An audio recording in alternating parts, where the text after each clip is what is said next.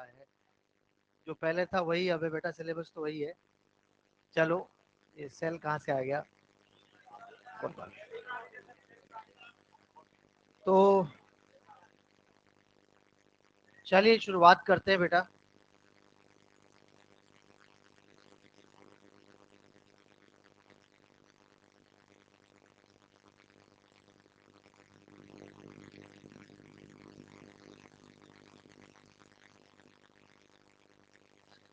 पहले इंट्रोडक्शन अच्छे से समझना है। आ जाओ बेटा जल्दी। बात बिल्कुल नहीं। जब इकोलॉजी की बात होगी तो इकोलॉजी कहते किसको है, इसमें आगे चलकर हमें पढ़ना क्या है, इस बारे में सबसे पहले चर्चा होनी चाहिए। तो आज हमारी अर्थ पे कोई भी ऑर्गेनिज्म, कोई भी ऑर्गेनिज्म दिख पा रहा है सबको, जहां कहीं भी रह रहा है वो अपने हैबिटेट में, अपने एनवायरनमेंट के साथ कुछ ना कुछ इंटरेक्शन जरूर कर रहा है। ऑर्गेनिज्म और एनवायरनमेंट के बीच होने वाले इन्हीं इंटरेक्शंस की स्टडी को आप इकोलॉजी कहते हैं। सही है, यही है बेटा।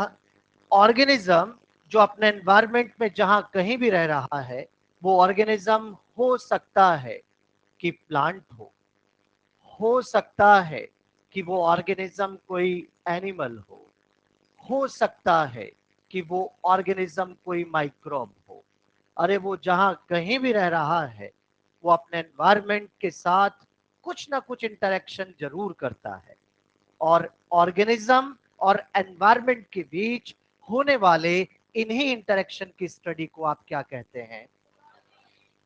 अब आप कहेंगे कि ठीक है सर, ऑर्गेनिज्म और एनवायरनमेंट आपस में इंटरेक्ट करते हैं, लेकिन इंटरेक्शन में एक्चुअली करते क्या है? किस तरह का इंटरेक्शन उनके बीच हो रहा है जिसे हम स्टडी करेंगे? इस बात को समझने के लिए सबसे पहले हमें एनवायरनमेंट समझ में आना जरूरी है। जब हम एनवायरनमेंट समझ जाएंगे तो फिर होने वाले इंटरेक्शन भी समझ में आएंगे। तो सबसे पहले मैंने आपसे पूछा कि बेटा एनवायरनमेंट किसको कहते हैं, तो आप सबने तुरंत कह दिया कि जो हमारी सराउंडिंग है वही एनवायरनमेंट है। सही है, जो हमारी सराउंडिंग है वही एनवायरनमेंट है। और सराउंडिंग में क्या, लिविंग और, इसका मतलब जितने भी लिविंग, जितने भी नॉन लिविंग हमारे आसपास है, क्या वो हमारा एनवायरनमेंट बना रहे हैं? क्या आज लिविंग को मैं यहां पर बायोटिक कह के रिप्रेजेंट कर दूं? क्या आज नॉन लिविंग को मैं यहां पर ए बायोटिक कह के रिप्रेजेंट कर दूं? तो बायोटिक और ए बायोटिक ने मिलके क्या बनाया? क्या बायोटिक के अंदर लिविंग्स आ रहे हैं बेटा? और लिविंग अगर यहां पर है तो क्या वो लिविंग प्लांट, एनिमल और माइक्रोब होंगे? जैसे ही मैंने यहाँ पर प्लांट, एनिमल और माइक्रोब लिखा, हर एक बच्चे को एक बात समझ में आ जानी चाहिए कि ऑर्गेनिज्म भी एनवायरनमेंट का एक पार्ट है, क्योंकि वो भी तो प्लांट, एनिमल, माइक्रोब में से कोई एक है।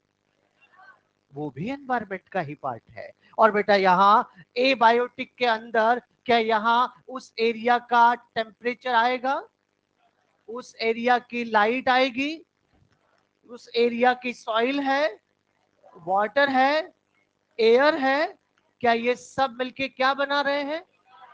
ये सब मिलके, और ये दोनों मिलके, क्या ऑर्गेनिज्म भी एनवायरनमेंट का पार्ट है? क्या वहां रहकर वो दूसरे बायोटिक और एबायोटिक के साथ इंटरेक्शन करता है? इंटरेक्शन करता है। उसी इंटरेक्शन की स्टडी को क्या कहेंगे? फिर आप कहेंगे कि ठीक है, एनवायरनमेंट भी समझ में आ गया कि एनवायरनमेंट बायोटिक ए बायोटिक से मिलके बना है, ऑर्गेनिज्म भी एनवायरनमेंट का ही एक पार्ट है, लेकिन अभी भी ये समझ में नहीं आ रहा कि इंटरेक्शन में एक्चुअली हो क्या रहा है, इंटरेक्शन में कर क्या रहा है। तो चलो इस बात को समझने के लिए थोड़ा और डिटेल में जाते हैं और आज इकोलॉजी शब्द को ही ब्रेक करके देखते हैं। इकोलॉजी शब्द यहाँ दो टर्म से मिलके बना होता है, एक तो है ओइकोस और एक है लोगोस। क्या सब बच्चे ओइकोस का मीनिंग जानते हैं? तो फिर बताओ, जल्दी बताओ। होम या फिर क्या होगा? और लोगोस का मतलब, इसका मतलब ऑर्गेनिज्म जिस किसी भी हैबिटेट में रह रहा है। क्या ऑर्गेनिज्म का वो हैबिटेट कोई फॉरेस्ट हो सकता है? अरे क्या कोई ग्रासलैंड हो सकता है? क्या कोई डेजर्ट हो सकता है? क्या कोई पॉन्ड हो सकता है? क्या कोई लेक भी हो सकती है? अरे इनमें से कोई एक हैबिटेट होगा। आज आपको समझाने के लिए फॉरेस्ट का एग्जांपल लेते हैं। और ये रहा एक बड़ा सा फॉरेस्ट। जल्दी से बताओ, इसका एनवायरनमेंट किन दो चीजों से मिलकर बनेगा? क्या कहा? बायोटिक के अंदर कौन कौन आता है? जल्दी जल्दी बताएंगे क्या? ओहो, गजब हो गया। प्लांट, एनिमल और बेटा ए बायोटिक के अंदर यहाँ पर कौन कौन आएगा? जल्दी से बताओ। ओहो हो, लाइट आएगा, टेम्परेचर आएगा, सॉइल आएगा, वाटर आएगा। क्या बायोटिक ए बायोटिक से मिलके क्या बन रहा है? क्या ऑर्गेनिज्म भी एनवायरनमेंट का एक पार्ट है?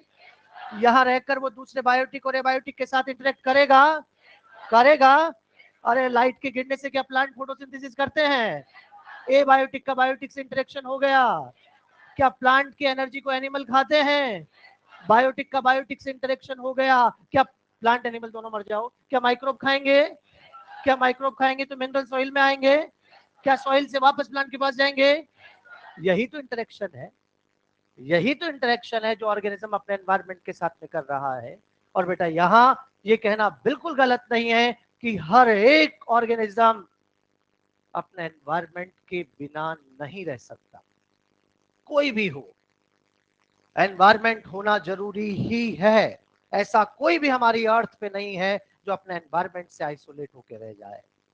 अगर आपके बीच में से कोई भी एक बालक या बालिका उठकर बाहर बैठ जाए और कहे कि मैं किसी से इंटरेक्ट नहीं कर रहा या कर रही, यहाँ तो कोई नहीं है, मैं अकेला हूँ, उसका ये कहना गलत है। वो उस एरिया की ऑक्सीजन कंज्यूम कर रहा है। सही है? ऐसा एक भी नहीं है जो अपना एनवायरनमेंट से आइसोलेट होकर रह जाए। तभी तो आपके एनसीईआरटी पत्ता 220 पर आपको लिख रही है, even in a minimal community, छोटी से छोटी कम्युनिटी के अंदर भी इंटरेक्शन हो रहा है। हर इंटरेक्शन हमें अपनी आंखों से दिखाई दे जरूरी नहीं है। कोई भी एक ऑर्गेनिज्म ऐसा नहीं है जो अपने एनवायरनमेंट से आइसोलेट होकर रह जाए। बेटा यहाँ इस तरह की इंटरेक्शन, ये तो आज क्योंकि इंट्रोडक्शन हो रहा है इसलिए सिंपल सिंपल बातें हो रही है, डिटेल इन्हीं की पढ़ना है। जिस दिन मैं आपसे कहूंगा कि लाइट के गिरने से प्लांट ने फोटोसिंथेसिस किया, उसको इकोलॉजी में मैं प्रोडक्टिविटी कहूंगा। अरे एनिमल ने प्लांट को, मतलब हर्बियोर ने प्लांट को और कार्निवोर ने हर्बियोर को खाया, इसे मैं प्रीडेशन कहूंगा। जिस दिन प्लांट एनिमल मर जाएंगे, माइक्रोब खाएंगे, उसे डिकम्पोजिशन कहूंगा। मिनरल आएगा, मिनरल जाएगा, इसे मिनरल साइकिल कहेंगे। यही तो सब कुछ है जो इंटरेक्शन ऑर्गेनिज्म और एनवायरनमेंट के बीच में हो रहे हैं। और ऑर्गेनिज्म और एनवायरनमेंट एक दूसरे से क्लोजली रिलेटेड है। अरे ऑर्गेनिज्म और एनवायरनमेंट एक दूसरे पर इंटरडिपेंडेंट है, एक दूसरे पर इंटर रिलेटेड है। और इसी इंटरडिपेंडेंसी, इसी इंटर रिलेशनशिप की स्टडी को ही आप किस नाम से पुकारते हैं? क्या ऑर्गेनिज्म के बदलने से एनवायरनमेंट को फर्क पड़ेगा? हाँ, पड़ेगा बेटा। इस रूम में आप अभी जितने बैठे हो, अगर 100 और लाके मैं बिठा दूं, टेम्परेचर अपने आप बढ़ जाएगा। अरे अभी कुछ ना करके यहाँ का टेम्परेचर बढ़ा दूं तो आपको पसीना आ जाएगा। इसका मतलब एनवायरनमेंट के बदलने से हमें फर्क पड़ता है और हमारे बदलने से एनवायरनमेंट को भी फर्क पड़ता है। दोनों एक दूसरे पर इंटरडिपेंडेंट है, दोनों एक दूसरे पर इंटर रिलेटेड है। और इसी इंटरडिपेंडेंसी, इंटर रिलेशनशिप की स्टडी को ही आप क्या कहेंगे? अरे इंट्रोडक्शन समझ में आ रहा है बेटा? पक्की बात है? तो यहाँ ये बात हर एक बच्चे को क्लियर हो जानी चाहिए कि ऑर्गेनिज्म और एनवायरनमेंट एक दूसरे के साथ जिस तरह से आपस में इंटरेक्शन कर रहे हैं, बस उन्हीं इंटरेक्शन की स्टडी को आगे इकोलॉजी में जाके करना है। तो आज सबसे पहले मैंने क्लास में आते ही क्या लिखा? लेकिन कुछ बच्चों के मन में क्वेश्चन हो सकता है कि सर इंटरेक्शन तो इसके पहले भी तो हो रहे हैं, एटम एटम से इंटरेक्ट करके मॉलिक्यूल बनाता है, मॉलिक्यूल आपस में इंटरेक्ट करके कंपाउंड बनाते हैं, कंपाउंड आपस में इंटरेक्ट करके कॉम्प्लेक्स कंपाउंड, और कॉम्प्लेक्स कंपाउंड सेल बनाते हैं, सेल आपस में इंटरेक्ट करके, टिश्यू आपस में इंटरेक्ट करके, ऑर्गन आपस में इंटरेक्ट, और ऑर्गन सिस्टम से। तो इंटरेक्शन तो बहुत पहले से हो रहा है, फिर मैंने शुरुआत ऑर्गेनिज्म से ही क्यों की?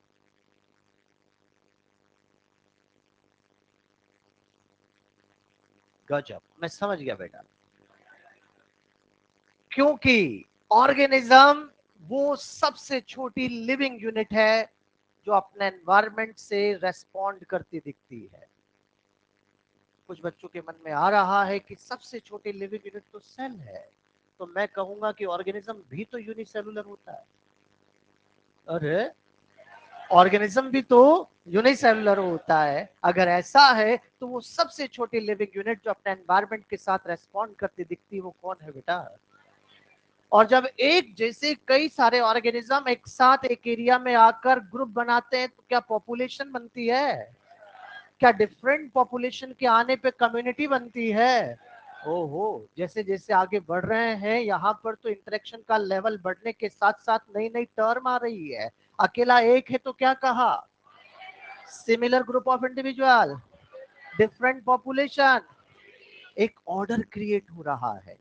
जैसे जैसे इंटरेक्शन का लेवल बढ़ेगा एक ऑर्डर क्रिएट हो रहा है, और इस ऑर्डर को हम इकोलॉजिकल ऑर्डर या इकोलॉजिकल हायरार्की कहते हैं।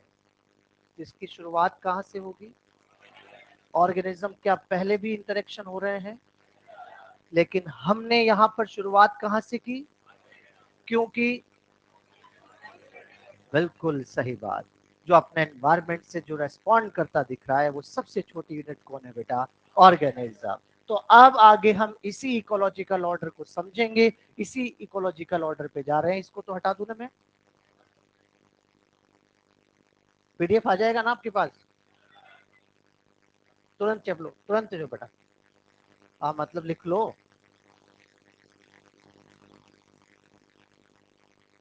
तो अब क्या करना है कि जो बच्चे लिख रहे हैं वो आप साथ साथ धीरे धीरे लिखते रहेंगे, क्योंकि समय कम है बेटा, सिलेबस टाइम से करना है। आज तो पहली क्लास है वो सिलेबस।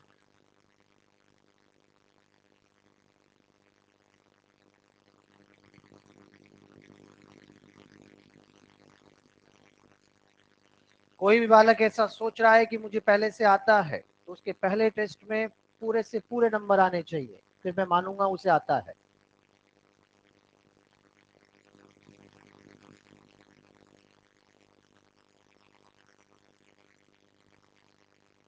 इसलिए बिल्कुल बेसिक से शुरुआत करो, अच्छे से पढ़ो, शुरुआत से पढ़ो बेटा। जब पढ़ने की सोच ही ली तो फिर क्यों हम इधर उधर करें? जीरो से बिल्कुल। थोड़ा होशियार है यार ये।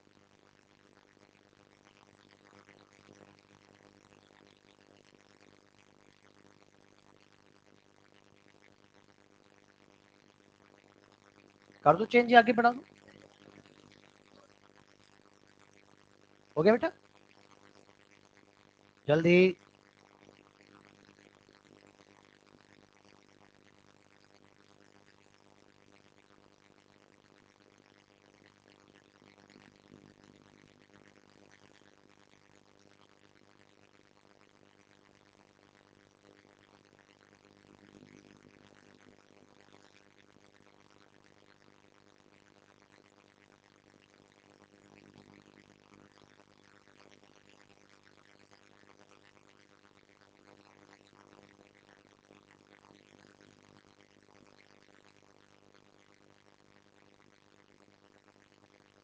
कर दे आगे। चलिए, अब बेटा आगे हम इकोलॉजिकल ऑर्डर की बातें करते हैं।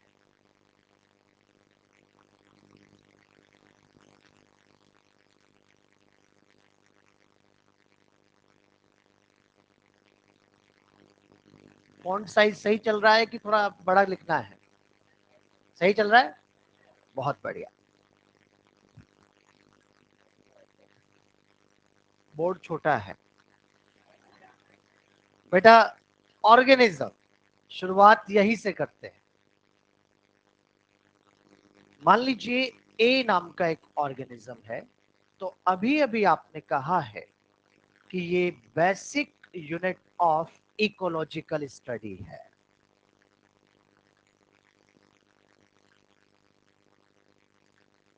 ये smallest unit of ecological order है।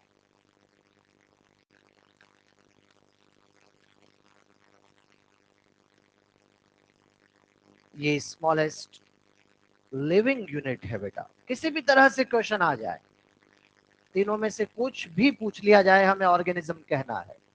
चाहे पूछे basic unit of ecological study तो भी organism, smallest unit of ecological order तो भी ऑर्गेनिज्म, स्मॉलेस्ट लिविंग यूनिट जो यहाँ पर इकोलॉजी में काम आ रही है वो भी ऑर्गेनिज्म। ये स्मॉल भी हो सकता है, लार्ज भी हो सकता है, यूनिसेलुलर भी हो सकता है, मल्टी सेलुलर भी हो सकता है। यहाँ ये यूनी और मल्टी सेलुलर भी हो सकता है।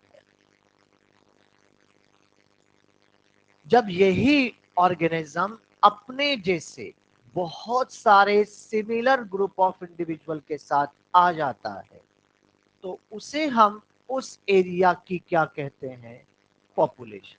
बेटा, क्या ये सिमिलर ग्रुप ऑफ इंडिविजुअल एक ही स्पीसीज के मेंबर हैं? तो फिर मैंने इनको स्पीसीज ना कहकर पॉपुलेशन क्यों कहा?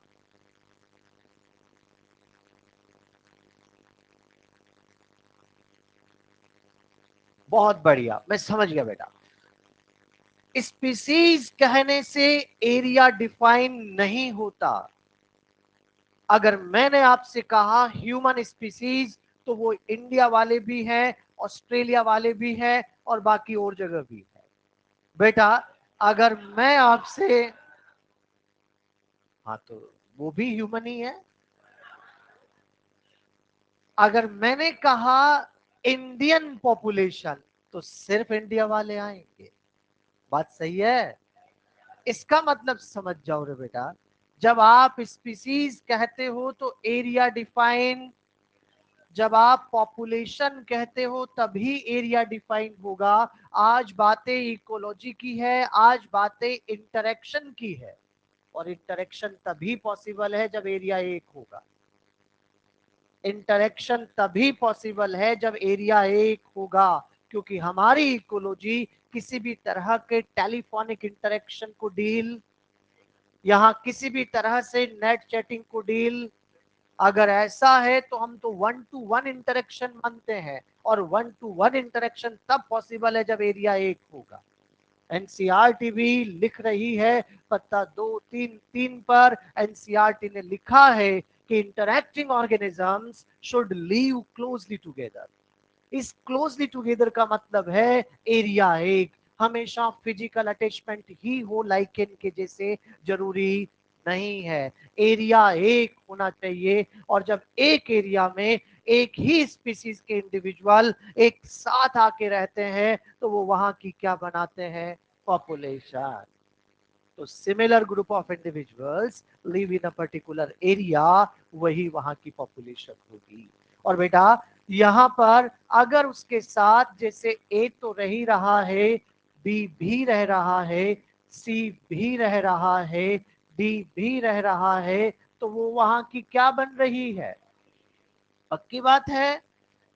तो उसे आप यहाँ कम्युनिटी के नाम से पुकारेंगे। जल्दी बताओ, क्वेश्चन आ रहा है।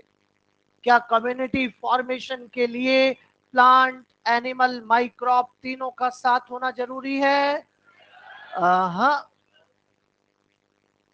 डिफरेंट स्पीसीज का होना जरूरी है। अरे वो डिफरेंट स्पीसीज केवल प्लांट की भी तो हो सकती है, उसे हम कहेंगे प्लांट कम्युनिटी। वो डिफरेंट स्पीसीज एनिमल की भी हो सकती है, एनिमल कम्युनिटी। वो डिफरेंट स्पीसीज माइक्रोब की भी हो सकती है, और तीनों एक साथ तो उसे कहेंगे बायोटिक कम्युनिटी। बात क्लियर है? अगर ऐसा है तो कम्युनिटी फॉर्मेशन के लिए प्लांट, एनिमल, माइक्रोब तीनों का साथ होना जरूरी नहीं है, डिफरेंट स्पीसीज का होना जरूरी है। बेटा यहाँ पर क्या वो डिफरेंट स्पीसीज केवल प्लांट की भी हो सकती है? अगर वो डिफरेंट स्पीसीज ऑफ प्लांट है तो उसे किस नाम से पुकारेंगे? Plant community. अगर वो डिफरेंट स्पीसीज एनिमल की है तो एनिमल कम्युनिटी। बहुत बढ़िया। और इसी तरह से बेटा माइक्रोब के लिए भी हम कह देंगे तो यहाँ पर वो माइक्रोबियल कम्युनिटी हो जाएगी। तो ये रही एनिमल कम्युनिटी और यहाँ पर ये हमने लिख दिया डिफरेंट स्पीसीज ऑफ माइक्रोब, तो ये यहाँ पर होगा माइक्रोबियल कम्युनिटी। और तीनों को एक साथ लेकर अगर आप देखेंगे तो उसे बायोटिक कम्युनिटी के नाम से पुकारेंगे। उसे हम यहाँ पर बायोटिक कम्युनिटी कह देंगे।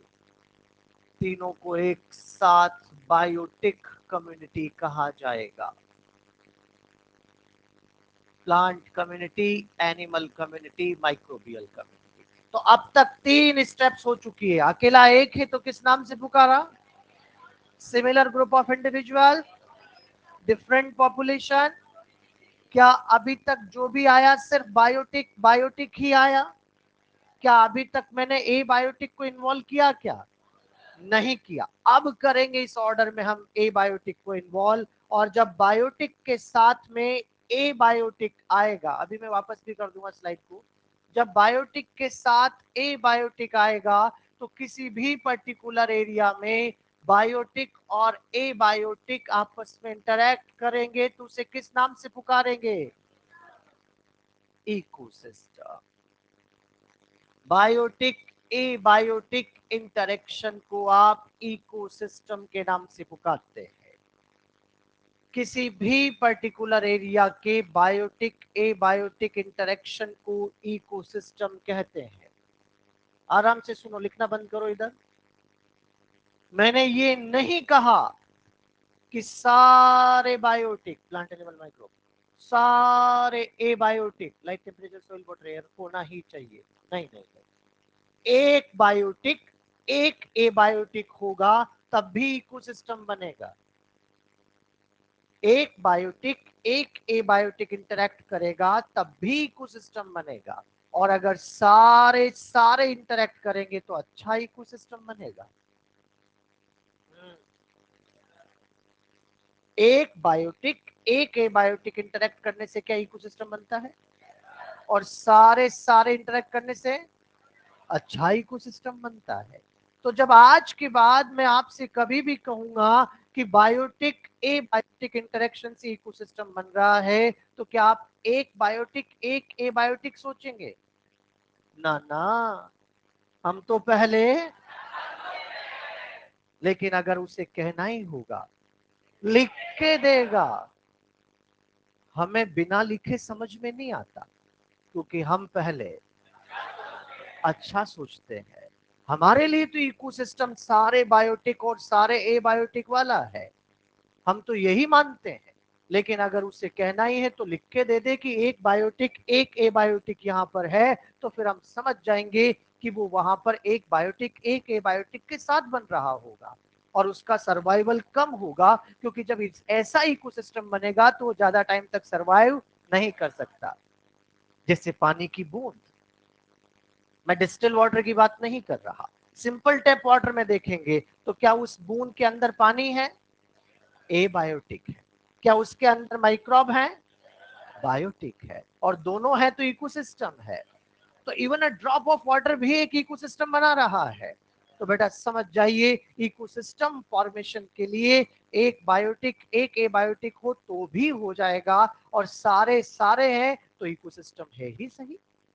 फिर तो कोई दिक्कत ही नहीं है हमें, वो अच्छा इकोसिस्टम बन रहा है। तो यहाँ मेरा कहने का मतलब समझ जाइए, आपको डेफिनेशन में लिखा गया है कि बायोटिक एबायोटिक इंटरेक्शन इकोसिस्टम बनाता है। ये नहीं कहा गया है कि कंप्लीट बायोटिक कंप्लीट एबायोटिक होना चाहिए। बस मैं ये समझाना चाह रहा हूँ क्योंकि बच्चे कभी एक बायोटिक एक एबायोटिक लिख दें और उसको इकोसिस्टम ना माने, वो गलत हो जाएगा।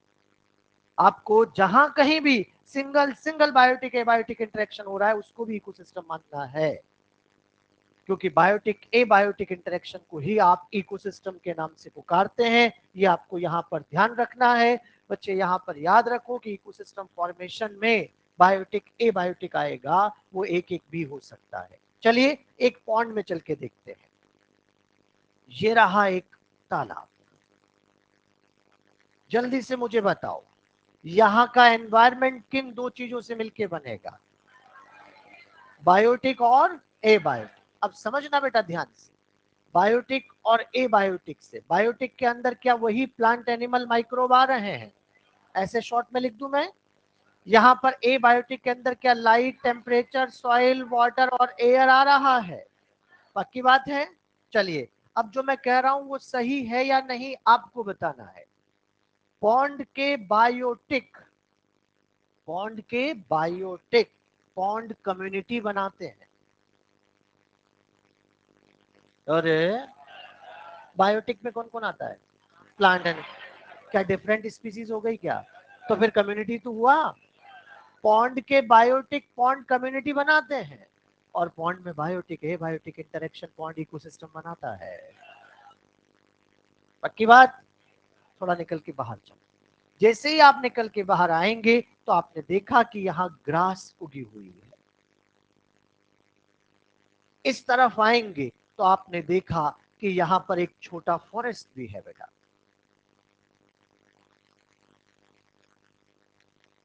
ये देखिए, जब मैंने आपसे फॉरेस्ट में आके पूछा कि यहाँ का एनवायरनमेंट कैसे बनेगा तो आपने फिर कह दिया बायोटिक। और क्या यहाँ भी बायोटिक के अंदर प्लांट एनिमल माइक्रोब आएगा, क्या ए बायोटिक के अंदर light, temperature, soil, water, air आएगा, यहाँ पानी है या नहीं है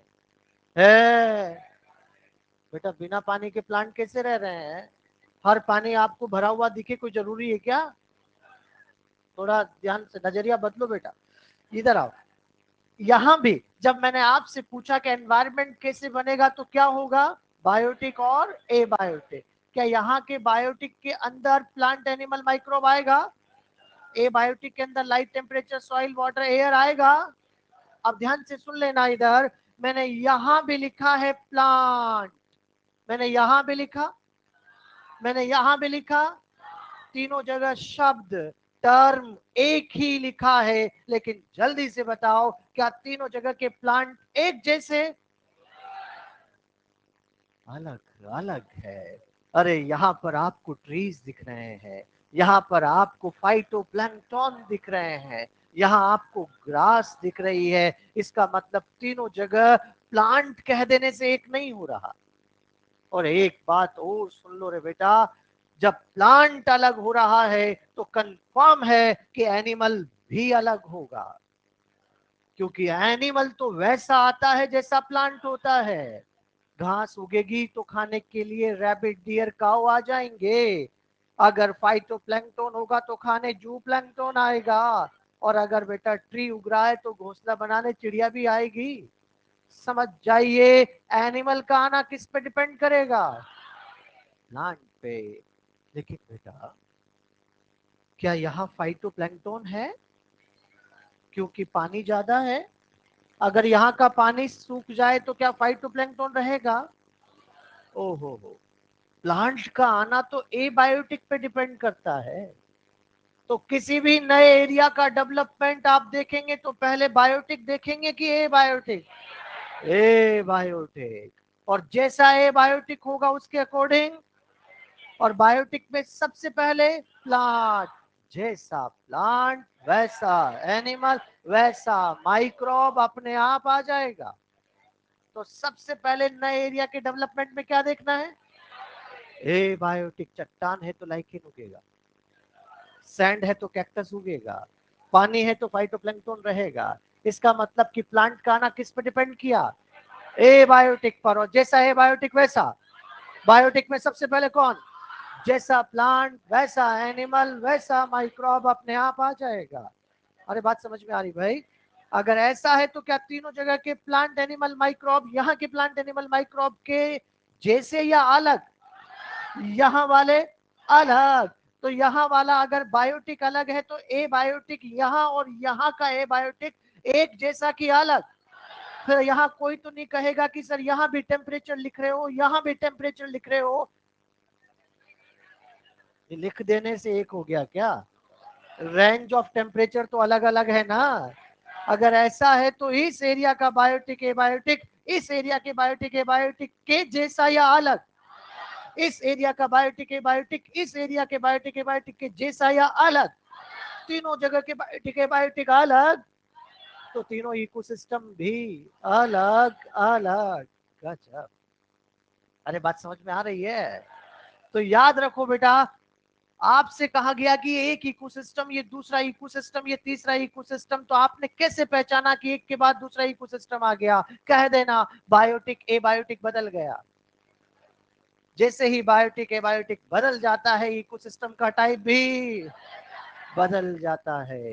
बेटा याद रखो, जैसे ही एबायोटिक बदलेगा वैसे ही प्लांट बदल जाएगा, और प्लांट बदला तो माइक्रोब भी तो बदलेगा। समझ पा रहे हैं क्या आप? अरे जब ब्रायोफाइट्स उगेंगे तो पैरेनकाइमा ही पैरेनकाइमा होगा, तो उनको खाने के लिए वैसे माइक्रोब आएंगे। जब आगे टेरिडोफाइटा उगेगा तो उसके हिसाब से वहां कुछ नए टिश्यू आएंगे, तो उनको खाने वाले माइक्रोब वही रहेंगे कि बदल जाएंगे? कहा ना मैंने आपसे बेटा, जब प्लांट बदलते हैं तो साथ के साथ में एनिमल माइक्रोब भी बदल जाते हैं। लेकिन याद रखो, दुनिया में एक भी इकोसिस्टम ऐसा नहीं है जिसकी एग्जैक्ट फिक्स बाउंड्री हो। जब मैं यहाँ फॉरेस्ट से निकलकर पॉन्ड की तरफ जा रहा हूँ, तो जब फॉरेस्ट खत्म होगा पॉन्ड शुरू होगा, तो क्या बीच में कोई दीवार खींच रही है? अरे याद रखना, जब ये खत्म होगा और ये शुरू होगा, तो बीच में एक एरिया ऐसा जरूर आएगा जहां दोनों ओवरलैप करेंगे। अरे होगा कि नहीं बेटा? बहुत बढ़िया, याद आया ना? देख, जब मैं यहाँ से उधर जाऊंगा तो जब पॉन्ड खत्म ग्रासलैंड शुरू होगा, तो क्या वहां भी ये ओवरलैपिंग होगी? इस ओवरलैप्ड एरिया को किस नाम से, ओ हो, इकोटॉन के नाम से पुकारेंगे। किसे कहते हैं इकोटॉन? हाँ बहुत बढ़िया। Overlapping area in between two ecosystem. क्या इससे मैं ट्रांजिशन जोन कह दूं? दो इकोसिस्टम बीच का ट्रांजिशन जोन है बेटा। क्या यहाँ की डाइवर्सिटी सबसे ज्यादा, मतलब अर्थ में सबसे ज्यादा है क्या? अरे इधर और उधर में ज्यादा है। क्यों ज्यादा है? इधर वाले भी हैं, और जब दोनों रहेंगे तो फिर डाइवर्सिटी ज्यादा होगी ना। तो इकोटॉन की डाइवर्सिटी इसलिए ज्यादा होती है क्योंकि इधर और उधर दोनों तरह की वेजिटेशन वहां पर होगी, तो डाइवर्सिटी भी ज्यादा होगी। इसका मतलब कह दो बेटा कि ओवरलैपिंग या transition zone in between two ecosystem क्या कहलाता है? Right right right.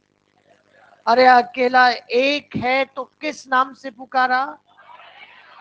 Similar group of individual, different population, biotic abiotic interaction, ecosystem. बेटा तीन शब्द आपके सामने आए हैं अभी तक। इन तीनों शब्दों का मीनिंग मुझे समझाओ।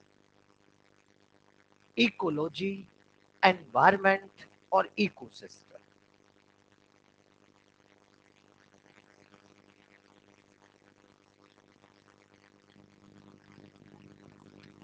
आपने मन ही मन जो कहा, गजब कहा बेटा, बहुत बढ़िया। चलिए इधर देख लें एक बात, बोर्ड पे देखिए। क्या मैं ऐसा कह दूं? मैं कहूंगा बेटा क्या एनवायरमेंट बायोटिक और एबायोटिक से मिलके बनता है? क्या बायोटिक और एबायोटिक के बीच इंटरेक्शन क्या बनाता है? और इस इकोसिस्टम को स्टडी कहां करता हूं? अरे बायोटिक एबायोटिक ने क्या बनाया? एनवायरमेंट। ऐसे कुछ भी नहीं चलेगा।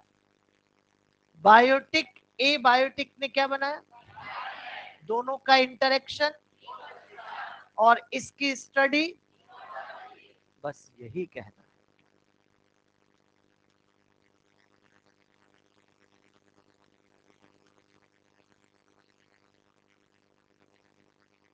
एनवायरमेंट बायोटिक और एबायोटिक से मिलके बनता है, और यही बायोटिक एबायोटिक जब इंटरैक्ट करते हैं तो इकोसिस्टम बनता है, और उसी की स्टडी को आप इकोलॉजी कहते हैं। अब अगर आपसे कोई इकोलॉजी की डेफिनेशन पूछे तो आप क्या बोलेंगे? स्टडी ऑफ इकोसिस्टम डायरेक्ट, ये study of interaction in between biotic and biotic and क्या बायोटिक बायोटिक इंटरेक्शन नहीं हो रहा? हो रहा है। ए बायोटिक भी हो रहा है, लेकिन उसे हम स्टडी नहीं करते, क्योंकि हम बायोलॉजी पढ़ रहे हैं। जब तक लिविंग नहीं है हमारी स्टडी नहीं है। आपको ये स्टडी करनी है तो फिजिक्स केमिस्ट्री में कीजिएगा बेटा। हमारी स्टडी तो लिविंग्स पे डिपेंड करती है, तो हम तो यही कहेंगे कि biotic abiotic as well biotic biotic interaction. हाँ, ए बायोटिक इंटरेक्शन भी होता है, क्योंकि लाइट के आने से टेम्परेचर बढ़ जाता है, हो रहा है इंटरेक्शन, लेकिन उसे हम यहाँ स्टडी नहीं करते बेटा। हमारी स्टडी तो लिविंग्स पे डिपेंड कर रही है। जब तक लिविंग रहेगा तब तक हमारी स्टडी रहेगी, ये ध्यान रखना है। ठीक बात। चलिए अब आगे बढ़ते हैं। इकोसिस्टम छोटा भी हो सकता है और इकोसिस्टम बहुत छोटा। Even a drop of water, पानी की बूंद भी एक इकोसिस्टम है। और जब इकोसिस्टम बहुत बड़ा हो जाता है तो उसे हम किस नाम से पुकारते हैं? बायोम। इकोसिस्टम जब बड़ा हो जाएगा तो उसे बायोम कहेंगे। लार्ज इकोसिस्टम होता है बायोम। लार्ज इकोसिस्टम बायोम कहलाता है। जल्दी से मुझे बताओ, बायोम एक बड़ा इकोसिस्टम है कि ग्रुप ऑफ डिफरेंट इकोसिस्टम? एक बड़ा ग्रुप ऑफ डिफरेंट इकोसिस्टम नहीं कहना बेटा, एक बड़ा इकोसिस्टम होता है बायोम। लार्ज इकोसिस्टम, जैसे पॉन्ड एक इकोसिस्टम है तो ओशन क्या है? बायोम। यहाँ फॉरेस्ट एक इकोसिस्टम है तो ट्रॉपिकल रेन फॉरेस्ट क्या है? बायोम। समझ पा रहे हैं क्या आप? बड़े बड़े डेजर्ट्स भी क्या हैं? बायोम। तो यहाँ पर ध्यान रखेंगे, biome large, single large ecosystem है, उसको आप यहाँ पर बायोम के नाम से पुकारेंगे। चलिए अब ध्यान से इधर, एक मिनट लिखना बंद करो। अब इकोसिस्टम बड़ा हो चुका है, बड़ा इकोसिस्टम है, तो यहां मेजर एक जैसा होगा। अभी मैंने कहा था ना बायोटिक एबायोटिक एक जैसे होने चाहिए। मेजर एक जैसा होगा, माइनर वेरिएशन आ सकते हैं। मैं एग्जांपल से समझाता हूं। जैसे मान लीजिए बेटा, यहां से यहां तक ये पूरा ट्रॉपिकल रेन फॉरेस्ट है, ये पूरा का पूरा ट्रॉपिकल रेन फॉरेस्ट है। फिर आप मुझसे कहेंगे कि सर आपने कैसे पहचान लिया कि यहां से यहां तक ट्रॉपिकल रेन फॉरेस्ट? मैंने देखा कि यहाँ पर ट्रॉपिकल रेन फॉरेस्ट में दो तरह की वेजिटेशन यहाँ मिलती है, होपिया और डिप्टेरोकार्पस। सभी बच्चे एक बार दोबारा नाम बोल लेंगे। दोनों एक ही नाम है कि अलग अलग? अलग अलग, अलग अलग है, होपिया और डिप्टेरोकार्पस। तो वो यहाँ भी है और यहाँ भी है। और जहां जहां तक एक जैसी वेजिटेशन है, क्या वहां वहां तक का इकोसिस्टम एक है? और वो अगर बड़े एरिया में है तो उसे क्या कहोगे? पहली बात क्लियर है। लेकिन बेटा, हो सकता है कि यहाँ पर बीच में से एक रिवर निकल के जा रही हो। अगर ऐसा है तो क्या ये रिवर ट्रॉपिकल रेन फॉरेस्ट है? ये इसके अंदर माइनर वेरिएशन है, क्योंकि एरिया बड़ा हो गया है, और बड़े एरिया में इस तरह के माइनर वेरिएशन आ सकते हैं। ये बात क्लियर हुई कि नहीं भाई? अगर ऐसा है तो याद रखो, एनसीईआरटी ने भी लिखा है कि बायोम के अंदर रीजनल और लोकल वेरिएशन होते हैं। ये रीजनल और लोकल वेरिएशन का मीनिंग क्या है, बात समझ में आ रही है? जब एरिया बड़ा हो जाता है तो बीच में वहां कुछ छोटे वेरिएशन, कोई रिवर, कोई पॉन्ड इस तरह से आ सकता है, लेकिन हाँ, रिवर के इस तरफ और इस तरह की जो वेजिटेशन, मेजर वेजिटेशन, वो एक जैसी होगी। और जहां जहां तक मेजर वेजिटेशन एक जैसी है, वहां वहां तक इकोसिस्टम एक है। और अगर वो एक इकोसिस्टम है और बड़ा है तो क्या कहेंगे? बस, अब तक की बातें क्लियर है सारी? अकेला एक को किस नाम से पुकारा? ऑर्गेनिज्म। यही कहा था। Similar group of individual, different population, community. और बायोटिक एबायोटिक इंटरेक्शन, बड़ा इकोसिस्टम। भाइयों, और अब हम ऐसी जगह पर आ चुके हैं जहां पर अब हम ऐसी जगह पर आ चुके हैं जहां सारे बायो सारे इकोसिस्टम, जितने भी इकोसिस्टम, जितने भी बायोम है, वो सब है बेटा कंप्लीट अर्थ है। और कंप्लीट अर्थ को किस नाम से पुकार? बायोस्फीयर के नाम से पुकारेंगे। हमारी कंप्लीट अर्थ बायोस्फीयर कहलाती है। बायो से मतलब लिविंग, स्फीयर मतलब प्लेस, मतलब जहां जहां भी लिविंग रह रहे हैं वो सब सब सब मिलके बायोस्फीयर बनाते हैं बेटा। वो लिविंग चाहे हवा में हो, एटमॉस्फेयर, चाहे जमीन पे हो, लिथोस्फीयर, चाहे पानी में हो, हाइड्रोस्फीयर, और तीनों को मिलके बनता है बायोस्फीयर। ठीक बात। यहां पर जल्दी से मुझे बताओ, क्या मैं ऐसा कह दूं तो सही होगा कि बायोस्फीयर भी एक इकोसिस्टम है? हाँ, जहां जहां बायोटिक एबायोटिक इंटरेक्शन, वहां वहां इकोसिस्टम। क्या यहाँ भी बायोटिक एबायोटिक इंटरेक्शन हो रहा है? तो ये भी तो एक इकोसिस्टम है, लेकिन एक नॉर्मल इकोसिस्टम से उसकी साइज बहुत बड़ी है, उसकी कॉम्प्लेक्सिटी बहुत बड़ी है। लेकिन अब मन में क्वेश्चन आ रहा है कि सर, आपने इसको तो इकोसिस्टम कहा ही, इसको भी इकोसिस्टम कहा और इसको भी इकोसिस्टम कह रहे हो, तो एग्जाम में आएगा तो हम कैसे पहचानेंगे कि बात किसकी हो रही है? चलिए मैं आपसे पूछता हूं, आप मुझे यहाँ पर बताइएगा कि किसकी बात हो रही है।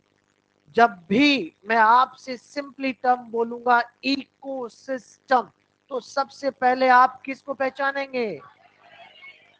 ये वाला, लार्ज इकोसिस्टम, ग्लोबल इकोसिस्टम। उसे कहना ही होगा तो ऐसे लिख के देगा। अगर उसने केवल इकोसिस्टम लिखा है तो हमारे लिए तो यही वाला इकोसिस्टम है, हम तो इसी को सोचेंगे। लेकिन अगर उसने ग्लोबल इकोसिस्टम लिख दिया है तो फिर हम यहाँ सोचने लग जाएंगे वो क्या होगा? बायोस्फीयर। जल्दी बताओ, जब मैं ऑर्गेनिज्म से लेकर बायोस्फीयर तक आया तो साइज कम हुई कि ज्यादा? कॉम्प्लेक्सिटी ज्यादा। साइज भी बढ़ रही है, कॉम्प्लेक्सिटी भी बढ़ रही है बेटा। कॉम्प्लेक्सिटी का मतलब वैरायटी से है, वैरायटी बढ़ती जा रही है तो कॉम्प्लेक्सिटी बढ़ती जा रही है। आप यहाँ पर इकोलॉजिकल ऑर्डर की जितनी भी स्टेप्स हुई है उन सारी स्टेप्स को एक बार फिर दोबारा देख लेंगे बेटा। अकेला एक है तो क्या कहा था? Similar group of individual, different population, biotic है biotic interaction, large ecosystem, global ecosystem, इसी अकॉर्डिंग चलना है। यही सब कुछ हमें यहाँ पर कहते आना है। तो अब जल्दी से जल्दी से जल्दी से मुझे आंसर मिलना चाहिए। इकोलॉजिकल ऑर्डर में वो सबसे बड़ी यूनिट कौन सी है? क्या मेरा क्वेश्चन पूरा हो गया? जल्दबाजी क्यों बेटा? ये हड़बड़ाहट क्वेश्चन गलत करवाती है। हाँ, स्टेबल रहना है। बायोलॉजी को अपना पूरा 45 से 50 मिनट का समय देना है। ऐसा नहीं है कि यार 25 से 30 मिनट में निपटा देता हूँ फिर फिजिक्स पे ध्यान देंगे। वो 25 से 30 मिनट में निपटाने के चक्कर में इधर निपट जाएंगे। नहीं बेटा, सबको बराबर वेटेज दो। सबने अपना अपना जो भी वेटेज जो टाइम का है उसको प्रॉपर मिलना चाहिए, चाहे क्वेश्चन 2 बार पढ़ना पड़ जाए। हाँ जी, तो क्वेश्चन आ रहा है दोबारा से। इकोलॉजिकल ऑर्डर की वो सबसे बड़ी यूनिट जहां केवल बायोटिक है, कम्युनिटी। आंसर बदल गया बेटा। हम सबसे बड़ी यूनिट देखकर बायोस्फीयर पे क्यों जा रहे हैं, आगे भी तो पढ़े। इकोलॉजिकल ऑर्डर की वो सबसे छोटी यूनिट जहां बायोटिक एबायोटिक इंटरेक्शन है। आप समझ पा रहे हैं बेटा। तो इस तरह से क्वेश्चन चाहे कैसे भी हमसे पूछा जाए, हमें तैयार रहना है, लेकिन हाँ, स्टेबल होकर बिल्कुल रिलैक्स होकर क्वेश्चन की पूरी लैंग्वेज और 4 ऑप्शन पढ़ना ही है। चाहे कितना ही इजी हो, चाहे पहले से देखा हुआ क्वेश्चन हो, कुछ भी हो, पूरी लैंग्वेज और 4 ऑप्शन पढ़ के फिर आंसर करना है। ठीक। इसी के बीच एक और टर्म मैं यहाँ पर लिख रहा हूँ, और वो इकोसिस्टम के बाद लिख रहा हूँ, और वो है लैंड्स।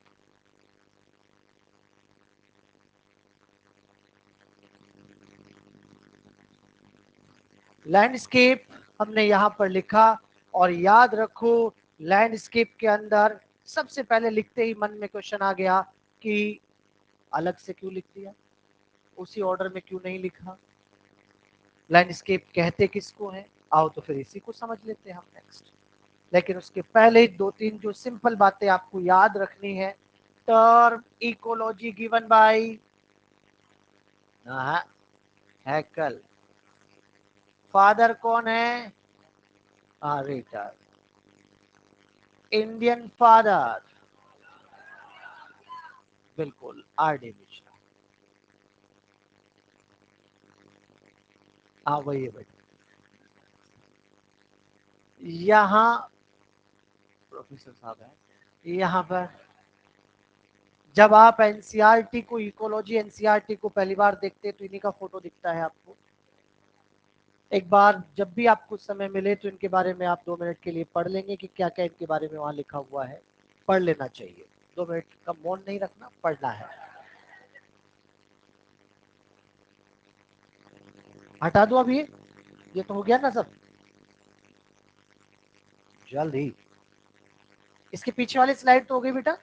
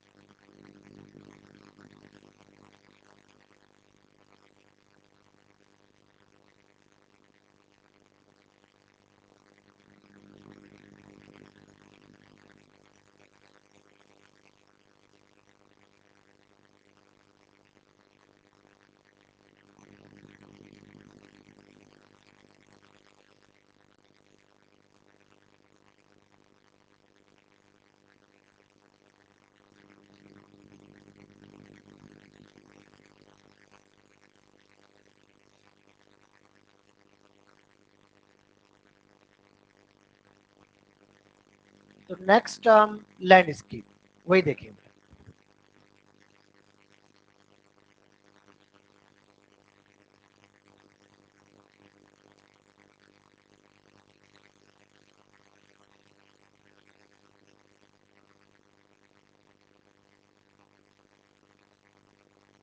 वैसे तो लैंडस्केप का सिंपल मीनिंग है नेचुरल साइट, कोई भी नेचुरल साइट, लेकिन इकोलॉजी के हिसाब से आपको कहना है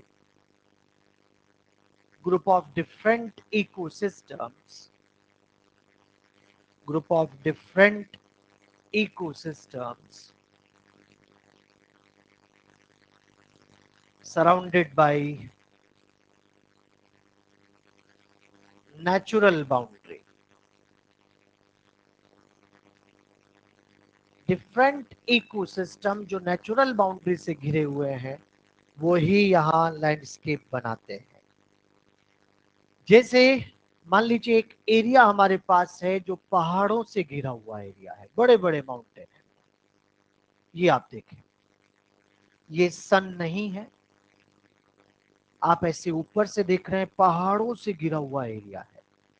बीचों बीच आपने देखा कि एक झील यहाँ पर है, लेक। आप लेक और पॉन्ड में डिफरेंस जानते हैं ना? बहुत बढ़िया बेटा, दोनों स्टैग्नेंट फ्रेश वाटर बॉडीज हैं, दोनों रुके हुए पानी है, लेकिन पॉन्ड छोटा है, लेक बड़ी है। पॉन्ड की गहराई कम है, लेक की गहराई ज्यादा है। ठीक बात है, याद रहेगा ना? अच्छा, बहुत बढ़िया। इसके बाद यहाँ हमने देखा कि इस झील के पास कुछ ग्रास भी उगी हुई है, यहाँ एक छोटा फॉरेस्ट भी है। कोई भी बालक या बालिका मेरे से नहीं पूछे कि ये एरिया कहाँ है बेटा। यहाँ पर आपने देखा कि कुछ दलदल भी, कीचड़ भी है। अब आप देख पा रहे हैं कि group of different ecosystem, aquatic ecosystem, grassland ecosystem, forest ecosystem, sand ecosystem, marshland ecosystem surrounded by natural boundary क्या बना रहा है। लेकिन अब यहाँ कुछ बच्चे कहेंगे कि सर माउंटेन भी तो एक इकोसिस्टम है, फिर इसको हमने बाउंड्री क्यों कहा? क्योंकि ये ऐसा इकोसिस्टम है जिसने इस एरिया को पास वाले एरिया से ज्योग्राफिकली सेपरेट कर दिया। वो कोई भी इकोसिस्टम जो इस एरिया को पास वाले एरिया से ज्योग्राफिकली सेपरेट करेगा वही बाउंड्री कहलाएगा। वो जरूरी नहीं कि हमेशा बड़ा पहाड़ ही हो, अरे वो बड़ा ओशियन भी हो सकता है। आया? हर वो इकोसिस्टम जो इस एरिया को पास वाले एरिया से ज्योग्राफिकल सेपरेट करेगा उसे बाउंड्री कहेंगे, ये ध्यान रखेंगे। ठीक बात। जैसे एक कोई आइलैंड है जहां दो तीन डिफरेंट इकोसिस्टम है और चारों तरफ पानी से घिरा हुआ है, तो वो भी तो एक लैंडस्केप है। अगर और अच्छा और बड़ा एग्जाम्पल लेना चाहते हैं तो ज्यादा दूर ना जाकर अपने इंडिया को ही देखो। नॉर्थ ईस्ट हिमालय, साउथ में ओशियन, और हमारे पास क्या नहीं है? यहाँ पर रेन फॉरेस्ट भी है, यहाँ डेसिडुअस भी है, यहाँ कॉनिफर्स भी है, यहाँ स्नो भी है, डेजर्ट भी है, वेटलैंड्स भी है। तो डिफरेंट इकोसिस्टम अगर ऐसा है तो इंडिया भी एक बहुत अच्छा लैंडस्केप है, क्योंकि ये भी नेचुरल बाउंड्री से घिरा, नॉर्थ ईस्ट हिमालय, साउथ में ओशियंस। अगर ऐसा है तो ये एक बढ़िया लैंडस्केप का एग्जाम्पल है। ठीक बात। चलिए, अब यहाँ मेजर काम अब शुरू होगा। आप लोगों को कंपेयर करना है लैंडस्केप और बायोम के बीच, लैंडस्केप और बायोम के बीच में कंपेयर करना है। तो सबसे पहला कंपैरिजन हम कॉम्प्लेक्सिटी में कर रहे हैं। तो आप बच्चे ही मुझे बताएंगे, कॉम्प्लेक्सिटी बोले तो वैरायटी किसकी ज्यादा, लैंडस्केप या बायोम? लैंडस्केप, क्योंकि ये एक बड़ा इकोसिस्टम और ये ग्रुप ऑफ डिफरेंट इकोसिस्टम, यहाँ अगर ऐसा है तो कॉम्प्लेक्सिटी इसी की ज्यादा होगी। लेकिन साइज में जनरली जनरली बायोम बड़ा है, और हम तो जनरली फॉलो करते हैं। तो साइज और कॉम्प्लेक्सिटी को अगर देखें तो कॉम्प्लेक्सिटी में लैंडस्केप ज्यादा है, बायोम कम है, साइज में लैंडस्केप कम है और बायोम ज्यादा है। जल्दी से बेटा आप मुझे बताना, जब इस ऑर्डर में हम आगे की तरफ जा रहे थे तो साइज कम हो रही थी कि ज्यादा? ज्यादा। यहां कॉम्प्लेक्सिटी कम हो रही थी कि ज्यादा? केवल कॉम्प्लेक्सिटी, मेरे नेक्स्ट जो अगला स्टेटमेंट आ रहा है हर बच्चे तक पहुंचना चाहिए, केवल कॉम्प्लेक्सिटी को दिमाग में रखूं तो लैंडस्केप को बायोम के बाद में आना चाहिए। केवल कॉम्प्लेक्सिटी को बेस बनाऊं तो लैंडस्केप बायोम से बाद में आना चाहिए। केवल साइज को बेस बनाऊं तो लैंडस्केप बायोम से पहले आना चाहिए, और दोनों को बेस बनाऊं तो कहीं नहीं बाहर आना चाहिए। नहीं समझ पा रहे क्या? केवल कॉम्प्लेक्सिटी देखेंगे तो बाद में, केवल साइज देखेंगे तो, और अगर दोनों देखेंगे तो बाहर। इसलिए बाहर रखा है क्योंकि हम तो दोनों को बेस बना के ये ऑर्डर चला रहे हैं। इसलिए बेटा मैंने इसको बाहर इसीलिए लिखा है क्योंकि कॉम्प्लेक्सिटी की बेसिस पर तो ये बायोम से ज्यादा है, लेकिन साइज की बेसिस पर ये बायोम से कम है। इसलिए बेटा इसको बाहर की तरफ रखा गया है। ठीक बात? चलिए, यहां क्या ये कहना सही होगा कि लैंडस्केप लैंडस्केप जो यहाँ पर बन रहा है वो ग्रुप ऑफ डिफरेंट इकोसिस्टम से बन रहा है, तो ecosystem is a unit of landscape.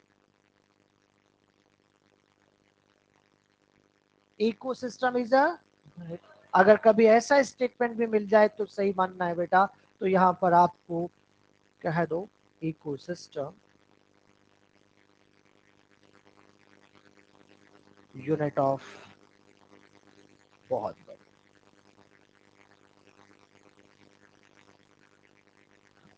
और अब हम एक एक करके इकोलॉजिकल ऑर्डर को ही डिस्कस करेंगे। पहले ऑर्गेनिज्म पढ़ेंगे, फिर पॉपुलेशन पढ़ेंगे, फिर कम्युनिटी पढ़ेंगे, फिर इकोसिस्टम, बायोम, बायोस्फीयर। इसी ऑर्डर को हम आगे पढ़ते जाएंगे। हमारे पढ़ने की सीक्वेंस और एनसीईआरटी की सीक्वेंस वेरी करेगी, चिंता मत करो। हम जैसे जैसे जो पेज पढ़ते जाएंगे क्लास में आपको बताते जाएंगे, वही पेज आपको फिर घर जाके एनसीईआरटी से पढ़ना है। तो चिंता की कोई बात नहीं है, जिस दिन इकोलॉजी कंप्लीट, इकोलॉजी वाली एनसीईआरटी भी कंप्लीट, कोई चिंता नहीं है। लेकिन बस क्लास में जीरो होके बैठ जाओ, कुछ नहीं आता मुझे, जो पढ़ाना है आप पढ़ा दो, लेकिन जो आज पढ़ा दिया वो मुझे एग्जाम तक याद है, उसके बाद भले भूल जाना। समझ पा रहे हैं आप? ये मानसिकता हमारी बना बेटा, सोच का बहुत फर्क पड़ता है। हमारी सोच किस वे में जा रही है उससे बहुत फर्क पड़ता है, ये ध्यान रखो। फ्रेश मन से बैठो, पुराना जो भी हुआ उसे भूल जाओ, बार बार मत सोचो कुछ भी। अब आगे की सोचना है, आगे बढ़ना है, और इसके लिए हर क्लास में जीरो होके बैठो, बिल्कुल कुछ नहीं आता, बस पढ़ाओ आप। और आज जो पढ़ाया वही मुझे घर जाके पढ़ना है और वो याद रखना है। पहले से मुझे आता है, ये अगर आपने पहले से फील करना शुरू कर दिया तो आपका पढ़ना कम हो जाएगा घर पे, और वो धीरे धीरे धीरे धीरे इतना बड़ा प्रॉब्लम हो जाएगा कि लास्ट में नहीं संभलेगा। इसलिए इसको आने ही मत दो अपने मन में कि मुझे आता है, नहीं आता मुझे कुछ भी। मुझे जिस दिन पूरा आ जाएगा उस दिन मैं 700 तो लेके ही आऊंगा, क्योंकि आजकल माहौल ऐसा ही हो रहा है। अब समझ रहे हैं आप, माहौल में गर्मी बढ़ती जा रही है बेटा, इसलिए बहुत कंपटीशन बढ़ रहा है। और कोई मुश्किल नहीं है, इतनी बड़ी कोई बात नहीं है, बस सच्चे मन और मेहनत से, मतलब ईमानदारी से काम करेंगे तो सब होगा। चलिए आगे बढ़े, और अब इकोलॉजिकल ऑर्डर को एक एक करके हम डिस्कस करें, लेकिन उसके पहले ब्रांचेस ऑफ इकोलॉजी भी बता ही देते हैं, क्योंकि एग्जाम्पलर में एक क्वेश्चन दिया हुआ है। ब्रांचेस, इकोलॉजी को दो ब्रांच में डिवाइड किया जाता है, ऑटिकोलॉजी और सिन इकोलॉजी।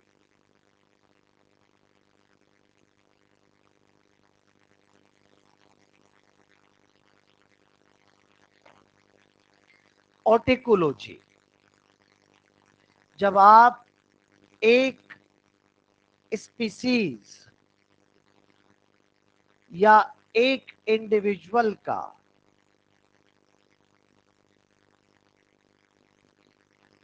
उसके एनवायरनमेंट के साथ इंटरेक्शन को स्टडी करते हो तो उसे कहां रखते हो? ऑटिकोलॉजी। सिंपल बात है, आराम से सोचो। जब ग्लोबल वार्मिंग हो रही है तो फर्क सब पे पड़ रहा है, लेकिन मैं चाहता हूं कि यार रैबिट की एक पर्टिकुलर स्पीसीज है, उस पे इसका क्या इम्पैक्ट आया। अगर मैंने उस स्पीसीज को लेकर स्टडी करना शुरू किया तो उसे किस में किया? फर्क तो सबको पड़ रहा है, लेकिन हमने स्टडी एक पर्टिकुलर स्पीसीज पे की तो उसे ऑटिकोलॉजी में कहा। यहां अगर मैं उस एरिया को कंप्लीट स्टडी करता हूं, मतलब कि ग्रुप ऑफ डिफरेंट स्पीसीज का अगर उसके एनवायरनमेंट के साथ इंटरेक्शन स्टडी किया जाएगा तो उसे आप यहां पर सिन इकोलॉजी के नाम से पुकारेंगे। ग्रुप ऑफ डिफरेंट स्पीसीज का मतलब कंप्लीट एरिया का, या फिर एक से ज्यादा स्पीसीज ले लो, उन्हीं को अगर आप स्टडी करने लग जाओ कि एनवायरनमेंट का इंपैक्ट उन पे क्या पड़ा, तो वो सिन इकोलॉजी में होगा। अगर इस रूम का टेम्परेचर बढ़ा कि मैं देख रहा हूं कि यार यहाँ जो बैक्टीरिया है उन पे क्या फर्क पड़ रहा है, तो मैं बैक्टीरिया की एक स्पीसीज को देखूं तो किस में स्टडी करूंगा? फिर आप मुझसे कहेंगे कि सर हम भी तो यहाँ बैठे हैं, हमारी भी तो बात करो कि हमें क्या फर्क पड़ा बैक्टीरिया के साथ, तो फिर कौन सा हो गया? सिनिकोलॉजी। ये बात समझ में आ रही है?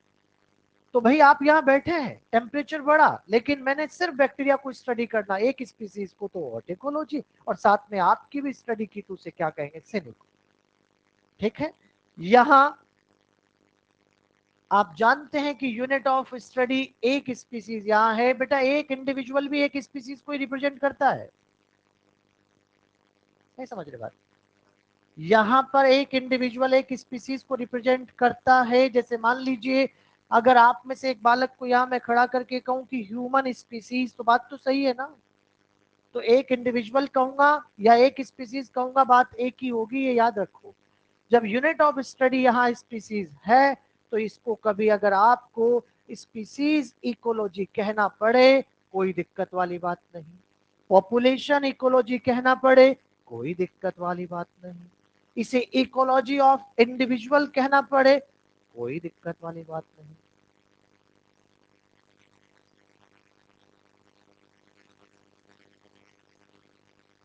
यहाँ क्योंकि ग्रुप ऑफ डिफरेंट स्पीसीज है तो इसको आप यहाँ कम्युनिटी इकोलॉजी के नाम से पुकारें। एग्जाम्पल वही दे दीजिए जो अभी अभी मैंने आपसे कहा, क्योंकि सिंपल एग्जाम्पल है, बात समझ में आनी चाहिए बस हमें। Effect of global warming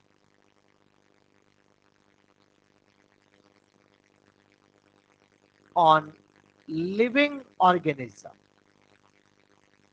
living organisms पे ग्लोबल वार्मिंग का क्या फर्क है वो तो आपने सिनिकोलॉजी में कहा, लेकिन अगर एक ही स्पीसीज कोई है, effect of global warming on human,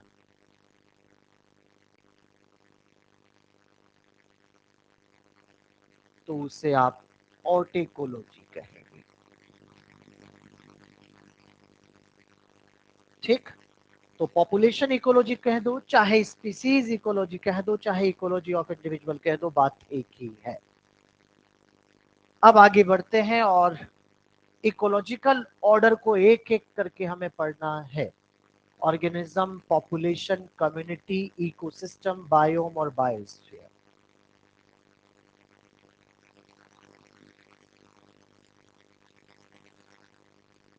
page बदल दे।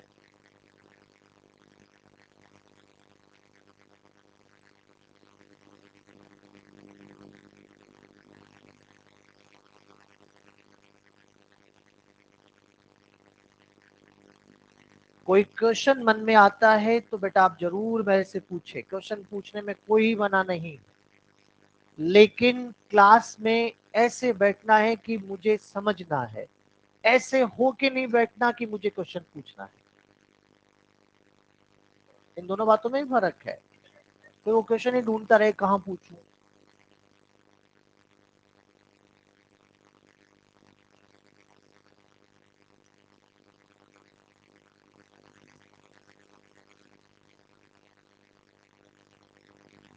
ऑर्गेनिज्म पहला। वैसे तो इसके बारे में उतना ही याद रखना है, basic unit of ecological study, smallest unit of ecological order, ये smallest living unit, small large uni multi circle. लेकिन बस एक लाइन हम एनसीईआरटी की समझ लेते हैं, और वो ये है जो पेज 220 पे एनसीईआरटी लिख रही है, at organism level ecology, physiological ecology. क्या मतलब है बेटा इसका, क्या कहना चाहती है एनसीईआरटी?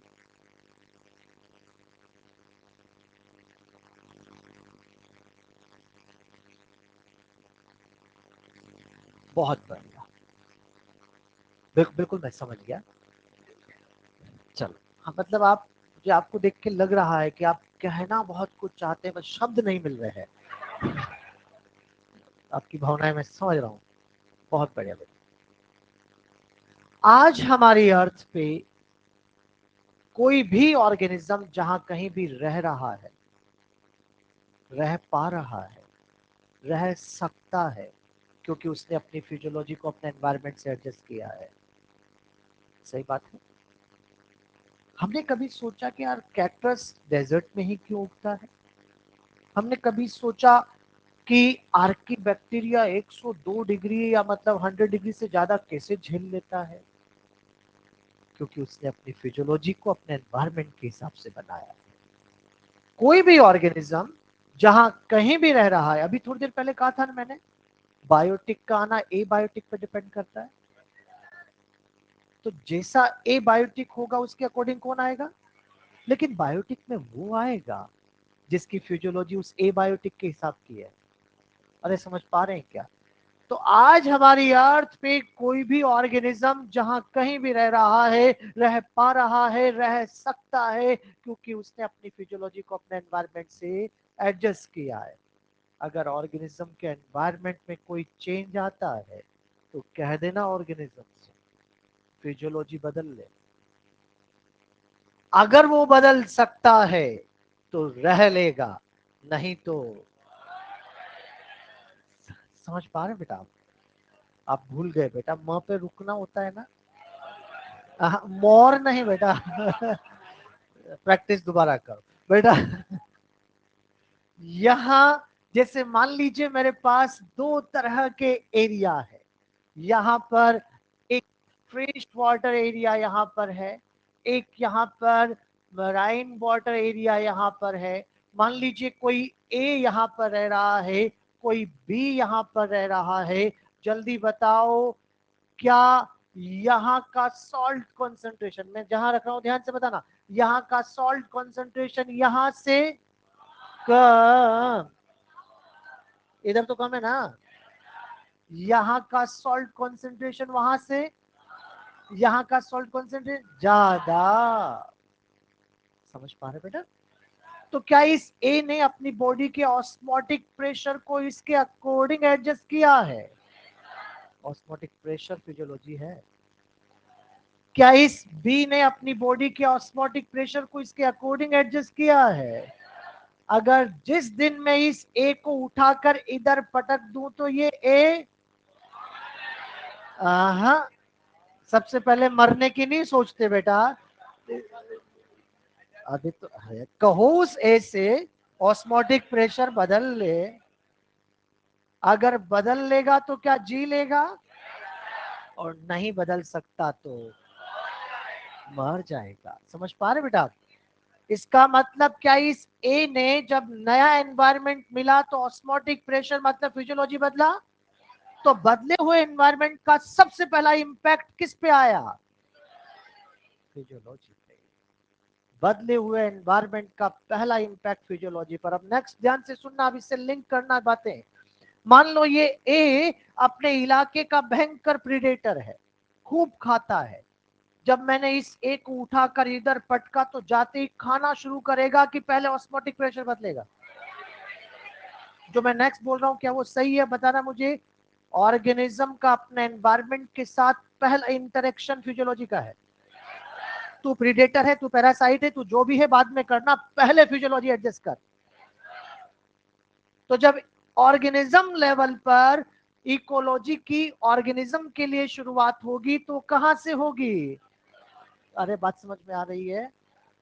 ऑर्गेनिज्म लेवल पर जब पहली बार इंटरेक्शन की शुरुआत होगी तो कहां से होगी? फिजियोलॉजी से।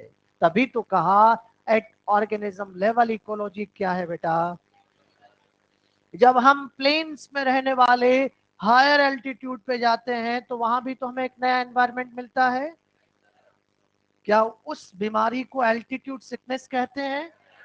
कुछ सिम्टम आते हैं ना बॉडी में, नोजिया, फटेग, हार्ट पाल्पिटेशन होने लगता है ना बेटा। क्या उस बदले हुए एनवायरनमेंट के हिसाब से हम भी हमारी फिजियोलॉजी बदलते हैं? आरबीसी काउंट बढ़ जाता है, हीमोग्लोबिन का ऑक्सीजन के साथ बाइंडिंग कैपेसिटी कम। कौन कह रहा है बढ़ जाता है? कम। हीमोग्लोबिन का ऑक्सीजन से रिलीजिंग कैपेसिटी ज्यादा।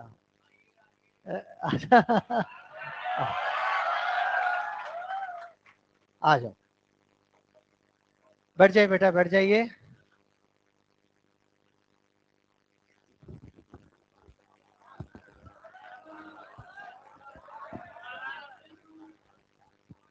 Good morning to all of you. कितने लोगों को लगता है बहुत गलत हुआ? ये तो ठीक है, 10-20 ही है। अच्छा, डांस नहीं किया ये गलत हुआ? यार कुछ लोग डांस के लिए नहीं बने होते, समझा करो बात को। मैंने मुझसे कहा वहां भी लोगों ने कि डांस करना है, मैंने कहा वो डांस के चक्कर की बजाय मैं कुछ और लगाना शुरू कर दूंगा। खैर जी, सबसे अच्छा तो सर ने किया। आपने बंसल सर का डांस देखा था? आशीष सर का देखा था? झूठ बोल रहे हो तुम लोग। आशीष सर इनकी, हाँ हाँ हाँ हाँ, बहुत बढ़िया। कुल मिला के एंजॉय किया नहीं किया? ध्यान से सुनो, कुछ लोगों ने नहीं किया, सुनो ध्यान से। एक्चुअली देखो, सुनो क्या होगा, हमारा जो क्लास में इन जनरल प्रेजेंस होता है वो लगभग 80 से 85% होता है, थ्रू आउट ये रहता है, ठीक है। तो दो तीन चीजें मैं क्लियर कर देता हूँ आपके सामने। पहली चीज, कोटा के अंदर कोई भी ऑडिटोरियम इतना बड़ा नहीं है जहां पे इतना बड़ा इवेंट किया जा सकता था, एक्सेप्ट दिस स्टेडियम जो ऑलरेडी बुक है किसी बड़े इवेंट के चक्कर में, वो वहां हमें स्पेस नहीं मिला। दूसरा, इस प्रीमिसेस के आसपास जो हम सबसे लार्जेस्ट स्पेस ऑक्यूपाई कर सकते हमने वो किया। जो सबसे बड़ा कोई कंपनी डोम बना सकती थी वो हमने बनवाया, उससे बड़ा पॉसिबल नहीं था। हमारी कैलकुलेशन का अकॉर्डिंग ये था कि यार 80 से 85% बच्चा अटेंड करेगा, लेकिन जो 15 से 20% जनरली नहीं आता वो 2-3 बजे आके बैठ गया। हाँ, इट्स वेरी इंपॉर्टेंट। एक चीज और हुई है यार, देखो ठीक है, तुम्हारी यारी दोस्ती होती है लोगों से, तुम्हें 2-2 टी शर्ट मिलती है, समझ में आती है मेरे बात। इतना दानी नहीं होना होता कि यार ठीक है तू मेरी टी शर्ट पहन ले और चल निकल यहाँ से, ठीक है, अदरवाइज तो हमारा नेक्स्ट इवेंट फेल हो जाएगा। फिर नेक्स्ट इवेंट कंपनी ये बोल रही है कि हम 20,000 प्लस बच्चों की कैपेसिटी करवाएंगे, मोर देन 20,000 बच्चों का। और उसमें हमारी प्रायोरिटी होगी कि हम कम से कम 110% का डेटा लेके चलेंगे। पर ये डेटा भी फेल हो जाएगा अगर आपने टी शर्ट डिस्ट्रीब्यूट कर दी तो, राइट? तो वो ध्यान रखना है। हाँ, अब एक छोटी सी बात, ये मजा आया नहीं आया? दूसरी चीज ये कि जो लोग इवेंट मिस कर गए, हमें उस बात का दुख है, ठीक है। थोड़ा सा अगर डिसिप्लिन मेंटेन होता था, मैं से प्लान भी तैयार रखा था कि जो बाहर वाला स्पेस था ना जहाँ पे पिज्जा डिस्ट्रीब्यूट हुआ था, वहाँ आराम से 1,000 बच्चा आ सकता था, राइट। लेकिन वो इतना ज्यादा वहाँ प्रॉब्लम क्रिएट हो गई एंट्री के टाइम पे कि फिर हमें वो प्लान भी कैंसिल करना पड़ा। बाद में आईजी साहब आए, उन्होंने मना कर दिया कि आप सिक्योरिटी के पॉइंट ऑफ व्यू सब नहीं कर सकते, राइट। उन्होंने भी मना कर दिया। दूसरी चीज आप देखें कि इस क्वालिटी का इवेंट मेरी किसी भी कोचिंग इंडस्ट्री में मैंने कभी नहीं देखा। मानते हो? जो फैसिलिटीज वहां आपको मिली थी, मानते हो उस चीज को? एक और आप बात को ध्यान से समझे कि जो बच्चे नहीं आ पाए किसी कारण से, उनके लिए हमने अभी पिज्जा पार्टी वापस रखी, और उनको किसी से पिज्जा शेयर करने की जरूरत नहीं है, क्योंकि जो आए थे उनको भी मिलेगा।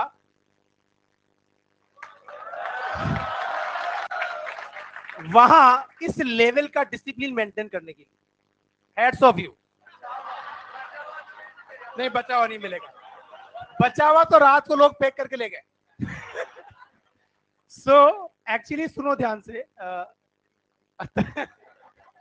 वो हो गई तस्वीर। अभी इस क्लास के बाद या फोर्थ क्लास के बाद आप सबको पिज्जा डिस्ट्रीब्यूट होगा, आप एंजॉय करें। सबसे जरूरी चीज ये है कि आपने जो कल डिसिप्लिन मेंटेन किया उस सबके लिए एक बार क्लैपिंग हो जाए। बहुत जबरदस्त।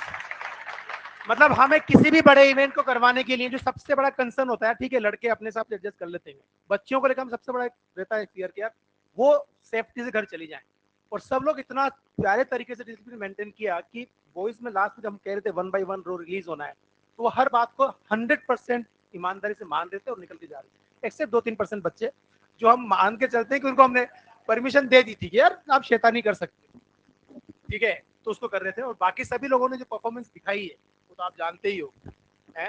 बाकी आपसे बात करके थोड़ा क्या हाल है भाई, सब लोग एकदम मस्त, पढ़ाई जोरों शोरों से, पर ये एनर्जी आगे तक मेंटेन करनी पड़ेगी, ध्यान रखिएगा, है ना, क्योंकि शुरुआत में एनर्जी सब में रहती है, 2-3 महीने बाद खेल चालू होता है, ठीक है ना। ये बात हमेशा ध्यान रखेंगे, लास्ट तक लगे रहेंगे, पढ़ाई करते रहेंगे, ठीक है ना। अच्छा, कितने लोगों ने प्रोग्राम देखा था कल, ईमानदारी से? थोड़ा थोड़ा ऐसे कैसे देखा था, आंख बंद कर रहा था क्या बीच बीच में? चलो ठीक है, तो है ना। अच्छा, नहीं सर ने पहले ही बता दिया ना, पिज्जा तो सबको मिलेगा। अब तो जिसने देखा तो वो भी बता सकता है, कोई परेशानी थोड़ी है। अच्छा, ये सोच रहे होंगे वापस से अटेंडेंस ले रहे, पहले तो बेवकूफ बना रहे हैं। ठीक है, तो भाई पिज्जा सबको मिलेगा, ठीक है ना। और आइए सर, द लेजेंड आपके सामने है ही, ठीक है। तो हो सकता है इनकी क्लास के बाद ही मिल जाए, या हो सकता है लास्ट क्लास के बाद मिले, तो प्लीज अपनी सीटों पर टिके रहें ताकि आप पिज्जा मिस ना कर पाए, क्योंकि इसके बाद दोबारा आके हम नहीं बोलेंगे कि फिर से पिज्जा मिलेगा। ठीक है ना। तो बढ़िया एंजॉय करते रहिए, पढ़ाई करते रहिए, और नेक्स्ट टाइम बहुत बेहतरीन रिजल्ट की उम्मीद रहेगी आप लोगों से, ठीक है। तो बिल्कुल जोश के साथ, खरोश के साथ लगे रहेंगे। हाउस द जोश, हाउस द जोश, हाउस द जोश। तो बस बिल्कुल इसी जोश के साथ पढ़ाई करते रहेंगे, ठीक है। अब ज्यादा समय ना लेते हुए आइए सर को देते हैं माइक, अब ये कंटिन्यू करेंगे।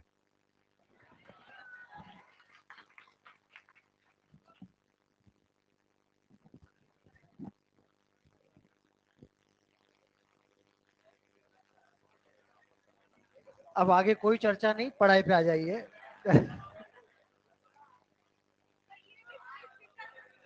हाँ, पिज्जा घूम रहा है अब। अरे खाना बेटा, अभी खाना।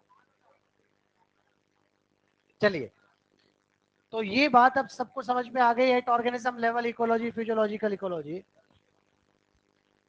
तो जब हायर एल्टीट्यूड में हम हैं तो बदले हुए एनवायरनमेंट के साथ हमने भी फिजियोलॉजी को बदला। इसका मतलब ऑर्गेनिज्म और एनवायरनमेंट के बीच अगर पहला कोई इंटरेक्शन शुरू होता है तो कौन सा हो रहा है? फिजियोलॉजिकल। इसीलिए कहा at organism level ecology physiological. बस यहाँ ध्यान रखना, क्वेश्चन में जब स्टेटमेंट आता है तो बस इसको फिजिकल कर देते हैं, फिजिकल इकोलॉजी। टाइम हो गया क्या?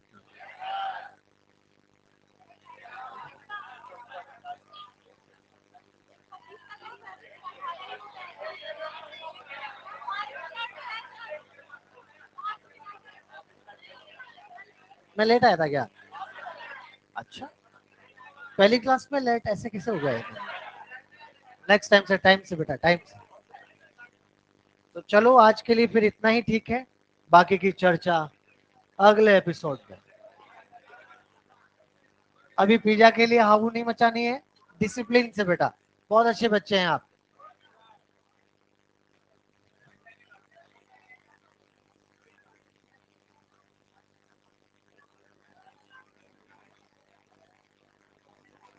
इसमें कुछ सेव वेव तो नहीं करना ना, आ जाएगा ना अपने आप।